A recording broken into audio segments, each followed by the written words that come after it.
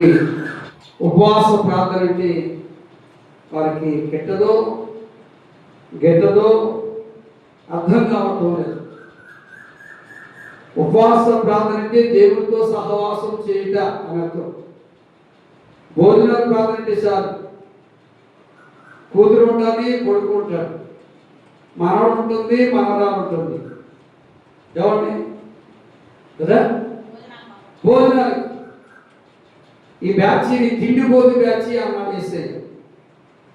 తిండి కొరకు ఆతృత పడే బ్యాచ్. యేసుప్రభు దగ్గరికట ఆహారం దొరుకుతుందని వచ్చేవాళ్ళట కొంతమంది, ఒక గ్రూపు. ఎందుకంటే ఆయన ఎక్కబెట్టి అక్కడ రొట్టెలను చేపలను 5,000 మందికి 3,000 మందికి పంచినా కానీ 12 గంపలు 7 గంపలు మిగిలినట్టుగా చేసేసేవాడు. కాబట్టి నిండా తిన్నా ఎవరికి కొరత లేకుండా సమృద్ధిని ఇచ్చేసేవారు. కాబట్టి ఒక బ్యాచ్ ఆహారం కొరకు వచ్చేవారట ఒక బ్యాచ్. ఇంకో బ్యాచ్ రోగాలు పోతున్నాయి, వ్యాధులు పోతున్నాయి, జబ్బులు పోతున్నాయి, బలహీనతలు పోతున్నాయి, ఇంకో బ్యాచ్ వచ్చేవారట.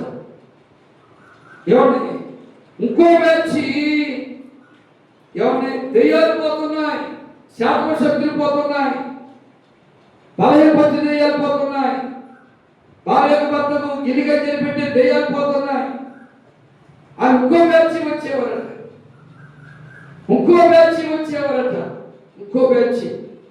ఏసీ దగ్గరికి వెళ్తే దీవించబడుతున్నాం, ఆశీర్వించబడుతున్నాం, అభివృద్ధి చెందుతున్నాం, భరిస్తున్నాం అనే బ్యాచ్ వచ్చేవారట.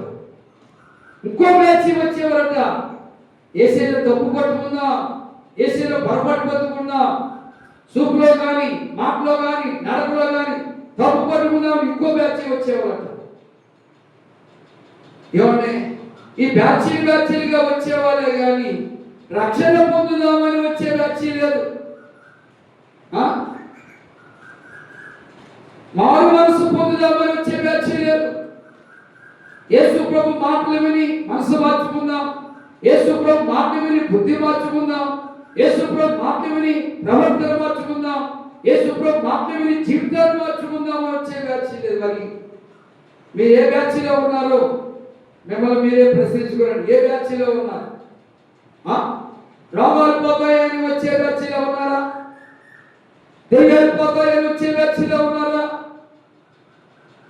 ఆహారం దొరుకుతుందని వచ్చే బ్యాచ్లో ఉన్నారా? దరిద్రత పోయి దరిద్రస్తుందని వచ్చే బ్యాచ్లో ఉన్నారా?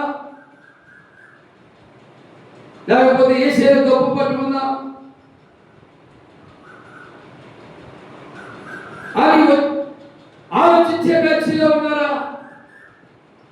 ఇలాంటి బ్యాచ్లో ఉండటం మనకేమాత్రం మంచిది కాదు. ఏ బ్యాచ్లో ఉంటే నేను మారు మనసు పొందాలి. చక్కగా ఎలా మారు మనసు పొందాడు? జైలరికి ఎలా మారు మనసు పొందాడు? వనేశ్యం ఎలా మారు మనసు పొందాడు? అలాగా మారు మనసు పొందాలనే బ్యాచ్లో ఉంటే నువ్వు ధన్యురాలవు. దేవునికి స్తోత్రం చెబుదాం.